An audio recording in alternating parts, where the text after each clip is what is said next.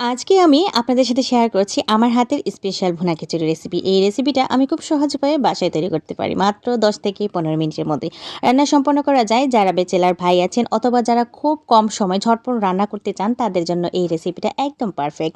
প্রথমে দেখতে পেরেছেন আমি কড়াই নিয়ে নিয়েছি। এই কড়াইটা স্পেশালভাবে আমার এই খিচুড়ি বা আঁকনির জন্যই আমি বেশি ব্যবহার করি। যেহেতু আমরা পরিবারের মানুষ কম সেহেতু এই কড়াইতে রান্না করলেই ১.৫ পট বা ২ পট আমার হয়ে যায়। তো এই তো কথা বলতে বলতে সয়াবিন তেল দিয়ে দিয়েছি, দেন হচ্ছে পেঁয়াজ কুচি দিয়ে দিয়েছি আদা রসুন বাটা।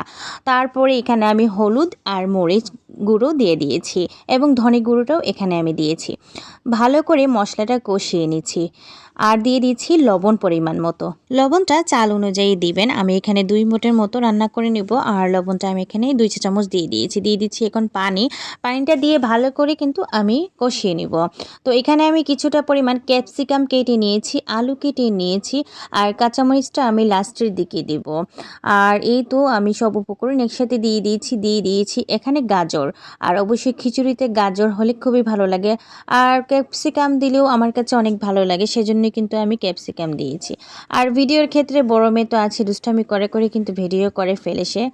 তো এই তো আমি এই সবজিগুলো মানে কষিয়ে ভালো করে তারপর হচ্ছে চালটা আগে থেকেই কিন্তু পরিষ্কার করে ধুয়ে এবং ভিজিয়ে রেখেছিলাম, এটাই কিন্তু এখানে দিয়ে দিব। ভুনা খিচুড়ি এমন একটি খাবার যা পেট ভরাট করে স্বাদে ভরপুর এবং আলাদা করে বেশি ঝামেলা ছাড়াই রান্না করা যায়।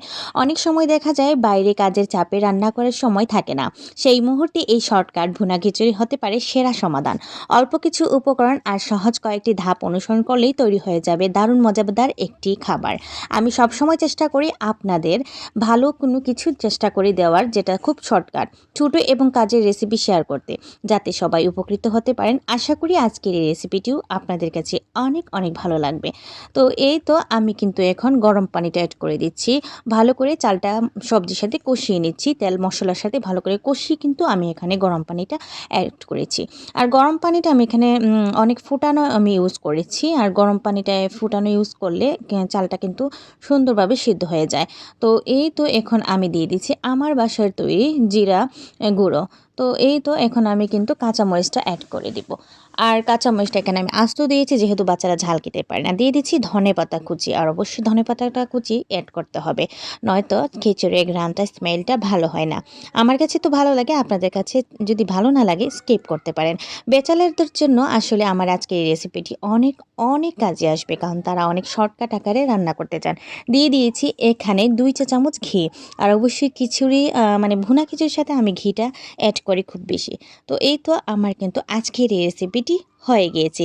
ভিডিওটি ভালো লাগলে লাইক, কমেন্ট, শেয়ার এবং সাবস্ক্রাইব করতেই ভুলবেন না। সবাইকে অনেক অনেক ভালোবাসা। তো এই তো পারফেক্ট ভুনা খিচুড়ি আমার আজকের রান্না কমপ্লিট। তো আজকের মতো এই পর্যন্তই। নতুন ভিডিও নিয়ে অবশ্যই হাজির হব। সে অবধি সবাই ভালো থাকবেন, সুস্থ থাকবেন। থ্যাংকস ফর ওয়াচিং অ্যান্ড আসসালামু আলাইকুম।